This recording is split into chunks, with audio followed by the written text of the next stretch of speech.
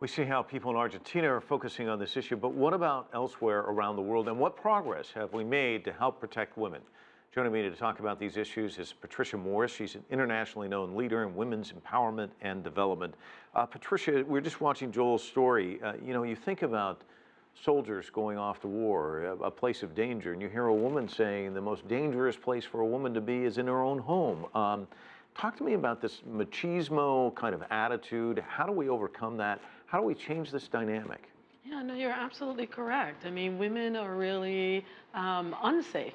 Many women around the world are unsafe in their homes. I mean, the bulk of the violence that is perpetrated against women is by an intimate partner, a husband, a lover, and even at times their own family.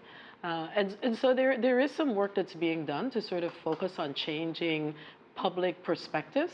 One of the things that really struck me was the research that shows that in the top 20 countries where femicide is very prevalent, 1 in 4 women themselves, not only the men, believe that it's okay for a man to actually beat a woman, if, she argues with him or if she refuses to have sex.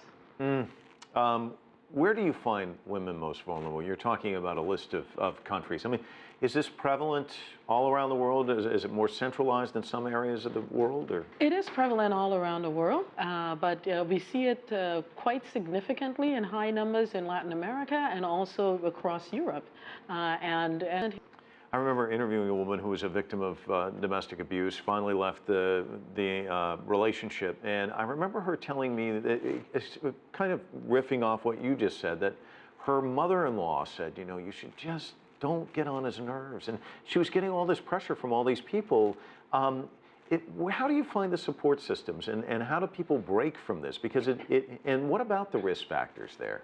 Yeah, well, this is the thing, for many women, it's already dangerous that you're in the home. If you try to leave, then, you're even in more danger, and that is where very often, particularly for married women who are victims of, battering, then their husbands end up killing them. But there are also other areas where these things happen. There is, femicide that's done, because of dowry issues. There's femicide that, results from female genital cutting. There's femicide that occurs in societies where, where it's sort of, anti-gay and lesbian. So it's related to sexual identity. There's femicide that happens as when people sort of look at women and believe that they're witches, and so it's very disheartening because the Clinton Global Initiative, No Ceilings report said that in 2015,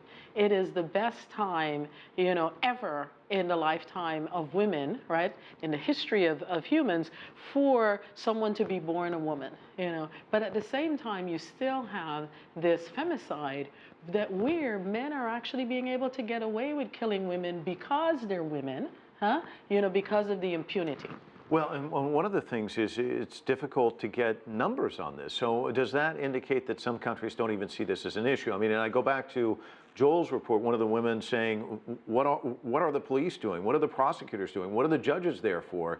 So they feel like even when they do try and get out of these situations, that it falls on deaf ears. Absolutely. It's a significant problem because we're not really counting it as femicide. We're counting it as homicide, right? And so we're not doing the gender disaggregation that needs to happen so that we can really, compare the figures and show how widespread it is around the world. We do have some data, but it's not enough data. And so if we're concerned about the figures that we see, imagine if we were actually really counting it every way, we would see that then, in fact, it really is this pandemic. Okay, but you don't get up every morning being discouraged. You've got to see some silver linings out there. What are some things that give you, hearten you?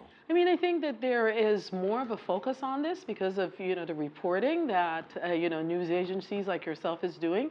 There's also, I'm very heartened by the women's organizations on the ground and the work that they're doing. And the United Nations Trust Fund to End Violence Against Women provides lots of funding, particularly in Latin America and the Caribbean, for organizations that are addressing these issues. There are organizations that are working to transform, men's perspectives about masculinity and, to change their notions that they have to be violent.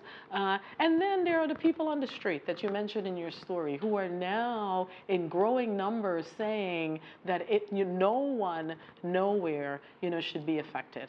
And then we're really hopeful that the U.S. government will pass, that Congress will pass the International Violence Against Women Act so that we can get more resources to the organizations that are doing the work that is going to transform this very negative, pandemic that we see around the world. Patricia Morris, thanks so much for coming in. Thank you for having me.